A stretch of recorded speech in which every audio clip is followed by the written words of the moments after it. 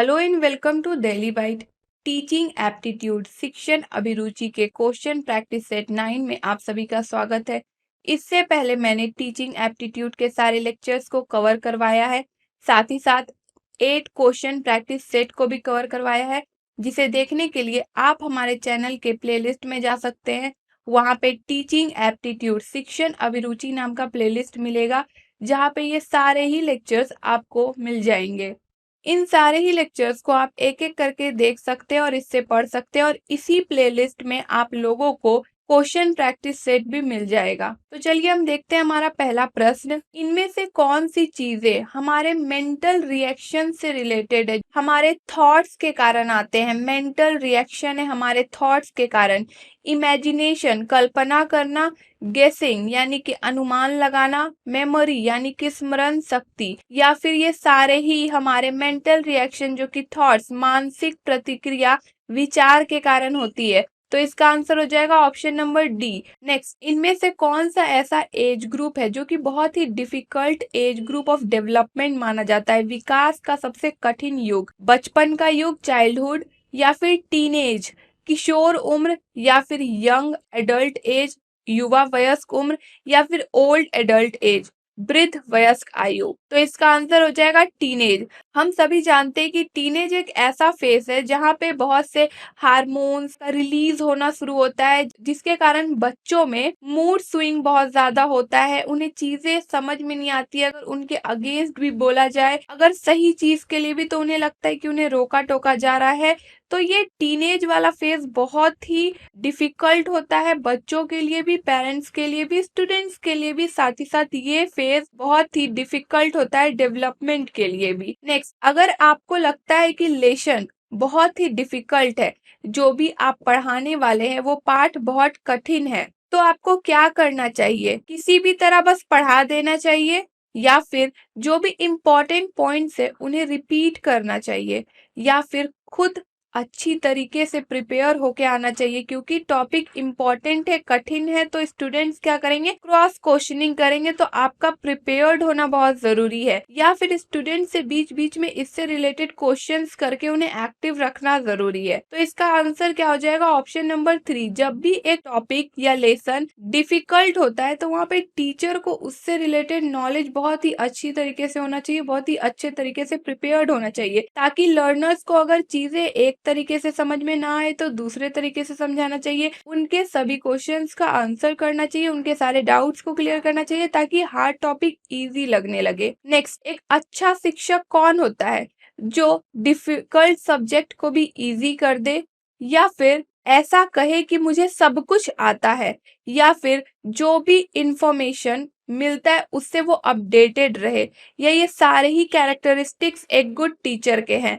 तो देखिए, एक अच्छा शिक्षक कौन होगा? जो भी चीजें आती है, इंफॉर्मेशन आती है उनके सब्जेक्ट से रिलेटेड या उनके आसपास जो भी इंफॉर्मेशन हो, अगर एक शिक्षक उससे अपडेटेड होता है तो वो कहीं ना कहीं एक अच्छा शिक्षक होता है। नेक्स्ट, अगर एक शिक्षक चाहते हैं कि एजुकेशन में जो बैकवर्ड चाइल्ड्स हैं, जो एजुकेशन में थोड़े पिछड़े रह गए हैं, वैसे बच्चों की यदि मदद करना चाहते हैं, तो एक शिक्षक के लिए क्या बहुत जरूरी है? उनके बैकवर्डनेस का रीजन जानना कि क्यों वो पिछड़े रह गए हैं, या फिर दूसरे टीचर्स के पास उन्हें रेफर कर देना क्योंकि उनसे ये स्टूडेंट्स डील नहीं हो पा रहे हैं, या फिर वैसे स्टूडेंट्स को स्किप कर देना, उन पर ध्यान ना देना, उन्हें छोड़ देना? तो इसका आंसर क्या होगा? टीचर यदि मदद करना चाहते हैं तो उन्हें उसके पिछड़े होने का रीजन जानना चाहिए। तो देखिए, इसका क्या मतलब हो गया कि देखिए, एक क्लास में जब बहुत डिफरेंट टाइप्स ऑफ लर्नर्स होते हैं, तो कुछ वीक होते हैं, कुछ एवरेज होते हैं, कुछ इंटेलिजेंट होते हैं। तो टीचर की ये ड्यूटी होती है कि आखिर वो जो बच्चे बैकवर्ड है, जो बहुत ही पुअर है पढ़ाई में, वो क्यों इतने पुअर है, क्या रीजन है, उन्हें चीजें क्यों समझ में नहीं आ रही है, इन बातों को पहले तो जानना कि आखिर क्या रीजन है उनके बैकवर्डनेस का, और फिर इस पे टीचर क्या करते हैं? वर्क करते हैं, उनके वीक सेक्शंस पे वर्क करते हैं। नेक्स्ट, अगर एक क्लास में इंडिविजुअल डिफरेंसेस स्टूडेंट्स कैरी कर रहे हैं, लर्नर्स के अंतर्गत व्यक्तिगत अंतर है, तो इस व्यक्तिगत अंतर का कारण क्या है? हेरेडिटरी यानी कि उनकी वंशानुगति, या फिर वो क्योंकि different group of environment family से आते हैं, या फिर दोनों ही, या फिर सिर्फ ए? तो इसका आंसर क्या हो जाएगा? दोनों ही। ये दोनों ही रीजन होता है इंडिविजुअल डिफरेंस का इस लर्नर्स के बीच। नेक्स्ट, अगर आप एक शिक्षक हैं तो आपका क्या ड्यूटी है कि अगर लर्नर्स के बीच में इंडिविजुअल डिफरेंसेस है तो उसके लिए क्या आपको करना चाहिए? आपका वहां पे क्या रोल होगा? आपको लर्नर्स की एबिलिटी, कैपेसिटी, उनका इंटरेस्ट, उनका एप्टीट्यूड यानी कि उनकी क्षमताएं, उनकी रुचि, उनकी योग्यताएं, इन सब को जानने का प्रयास करना चाहिए, या फिर जो भी लर्नर्स है उनके डिफरेंसेस के अकॉर्डिंग ही करिकुलम को सेट करना चाहिए, या ये दोनों ही होना चाहिए, या इनमें से कोई नहीं होना चाहिए? तो इसका आंसर क्या हो जाएगा? ऑप्शन नंबर सी, ये दोनों ही कंडीशन होना चाहिए। नेक्स्ट, यदि हर घंटे के बाद कुछ समय के लिए शिक्षण बंद कर दिया जाए, यानी कि हर 1 घंटे के पढ़ाई के बाद कुछ समय का 10 मिनट या 5 मिनट का गैप दिया जाए, तो इसके क्या फायदे होंगे? लर्नर्स चीजों को बहुत अच्छे से मेमोराइज कर पाएंगे, याद रख पाएंगे और चीजों को अच्छे से समझ पाएंगे, या फिर इस गैप के कारण लर्नर्स अपने आप को प्रिपेयर कर लेंगे नेक्स्ट सब्जेक्ट को अच्छे से समझने के लिए, या फिर लर्नर्स बहुत ही रिलैक्स फील करेंगे, या फिर इनमें से कोई भी हो सकता है, यानी कि किसी भी कंडीशन की होने की पॉसिबिलिटी है। तो देखिए यहाँ आंसर हो जाएगा ऑप्शन नंबर डी। तो आप भी यदि चाहते हैं कि आप टीचिंग एप्टीट्यूड पढ़ने के बाद रिलैक्स फील करें, तो आप पहले टीचिंग एप्टीट्यूड के लेक्चर्स को देखिए, फिर मॉक जो मैं करवा रही हूँ आप उसे सॉल्व करिए।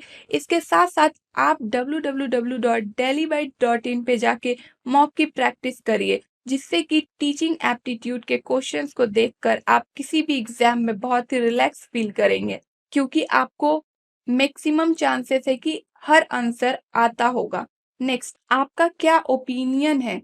अगर आपसे पूछा जाए कि रिस्पॉन्सिबिलिटी को लेकर आप क्या सोचते हैं, आपकी क्या ओपिनियन है, क्या राय है? आप रिस्पॉन्सिबिलिटी को एक बर्डन की तरह देखते हैं, बोझ की तरह महसूस करते हैं, या फिर आप बहुत खुश हो जाते हैं जब आपसे रिस्पॉन्सिबिलिटी छीन लिया जाता है, आपको रिस्पॉन्सिबिलिटी से मुक्त कर दिया जाता है, फ्री कर दिया जाता है, तो आप बहुत खुशी महसूस करते हैं, या फिर आप बहुत खुश होते हैं कब?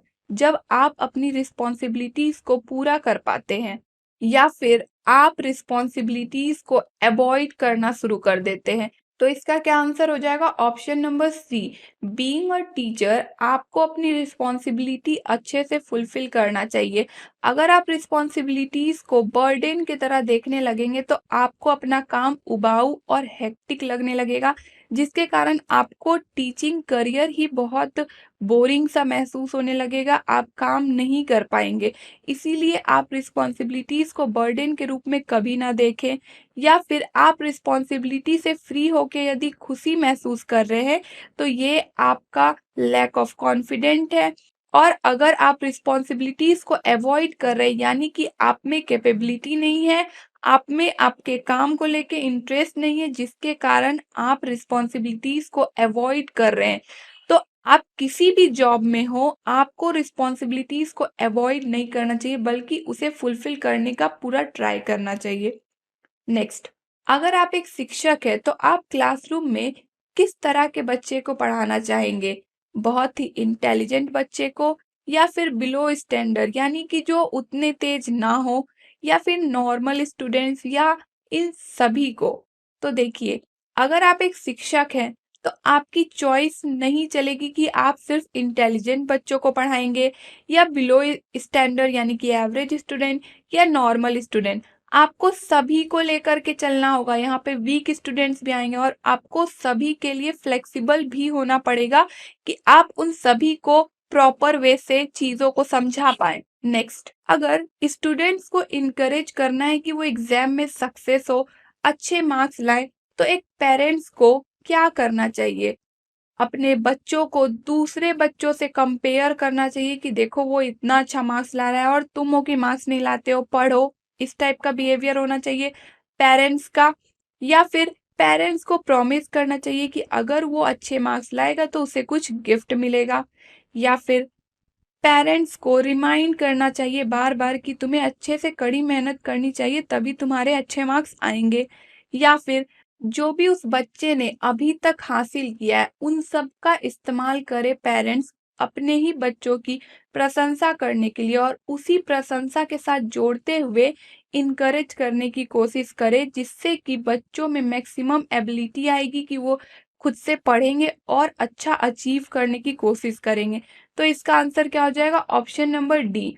नेक्स्ट, बीइंग अ टीचर, अगर आप चाहते हैं कि क्लासरूम में डिसिप्लिन मेंटेन रहे, तो आपको कौन सा मेथड बहुत ही इफेक्टिव लगता है क्लासरूम में डिसिप्लिन मेंटेन रखने के लिए? जो भी बच्चे इनडिसिप्लिन्ड है उन्हें क्लास से बाहर कर देना चाहिए, या फिर टीचिंग को इतना इंटरेस्टिंग बनाना चाहिए कि इनडिसिप्लिन हो ही ना, खुद ही खत्म हो जाए, या फिर उन बच्चों के पेरेंट्स को इन्फॉर्म करना चाहिए जो भी इनडिसिप्लिन बिहेवियर दिखा रहे हो क्लास में, या फिर जो बच्चे इनडिसिप्लिन है उन्हें कुछ प्रिविलेजेस दे दिया जाए ताकि वो और अच्छे से बदमाशी कर सके, उन्हें छूट दे दिया जाए, विशेषाधिकार दे देना चाहिए। तो ऐसा क्या करने से इनडिसिप्लिन को कंट्रोल किया जा सकता है? तो देखिए, अगर आपको इनडिसिप्लिन को मेंटेन करना है तो आपको अपनी टीचिंग का प्रोसेस इतना इंटरेस्टिंग, इतना रुचिकर रखना होगा कि अनुशासनहीनता, इनडिसिप्लिन अपने आप समाप्त हो जाए। नेक्स्ट, इनमें से कौन सा मेथड ऑफ टीचिंग लर्नर्स के मैक्सिमम पार्टिसिपेशन को रिप्रेजेंट करता है, यानी कि शिक्षार्थी बहुत ही ज्यादा इसमें पार्ट लेते हैं, ऐसा कौन सा मेथड है? तो क्या आंसर हो जाएगा? Discussion method. तो देखिए, डिस्कशन मेथड में टीचर्स यानी कि शिक्षक इनएक्टिव होते हैं, यानी कि उनका कोई रोल नहीं होता है, असक्रिय होते हैं। वो क्या करते हैं? एज अ इन्विजिलेटर गाइड की तरह चीजों को बस देखते हैं कि स्टूडेंट्स किस तरीके से डिस्कशन कर रहे हैं। अगर स्टूडेंट्स को हिंट की जरूरत होती है, स्टूडेंट्स कहीं गलती कर रहे होते हैं, तो वहां पे टीचर स्टूडेंट्स की हेल्प करते हैं। अदरवाइज सारा ही रोल यहाँ पे लर्नर्स का होता है। तो यहाँ पे लर्नर्स सबसे ज्यादा पार्टिसिपेट करते हैं डिस्कशन मेथड से। नेक्स्ट, स्वयं प्रभा, जो कि एक ऑनलाइन लर्निंग प्लेटफॉर्म है जिसमें कि डीटीएच चैनल्स हैं। तो इस क्वेश्चन में पूछा जा रहा है कि स्वयं प्रभा में कितने डीटीएच चैनल्स हैं? तो इसका आंसर हो जाएगा ऑप्शन नंबर सी, 34। तो देखिए, आप कंफ्यूज मत होइएगा क्योंकि पहले 32 डीटीएच चैनल थे बट अब 34 है। नेक्स्ट, मूक, मैसिव ओपन ऑनलाइन कोर्सेज, इसका सेटअप कब हुआ है? तो देखिए, तो मूक का सेटअप 2008 में हुआ है, जबकि मूक बहुत ज्यादा एक्टिव 2012 में हुआ। इसीलिए 2012 को न्यूयॉर्क टाइम्स मूक ईयर डिक्लेयर करते हैं।